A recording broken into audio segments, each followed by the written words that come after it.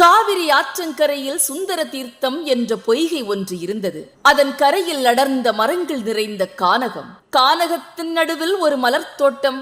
தோட்டத்தின் நடுவில் ஒரு வெண்ணாவல் மரம். அந்த மரத்தடியில் ஒரு சிவலிங்கம் சுயம்புவாக தோன்றியது. தினமும் ஒரு வெள்ளை யானை தன் துதிக்கையில் நீரை முகுந்து கொண்டு வந்து திருமஞ்சன சேவை செய்து மலர் தூவி வழிபாடு செய்வது வழக்கம். அதனால் அந்த இடத்திற்கு திரு ஆனைக்காவல் என்ற பெயர் வந்தது. மரத்தின் மேல் சிலந்தி ஒன்று வசித்து வந்தது.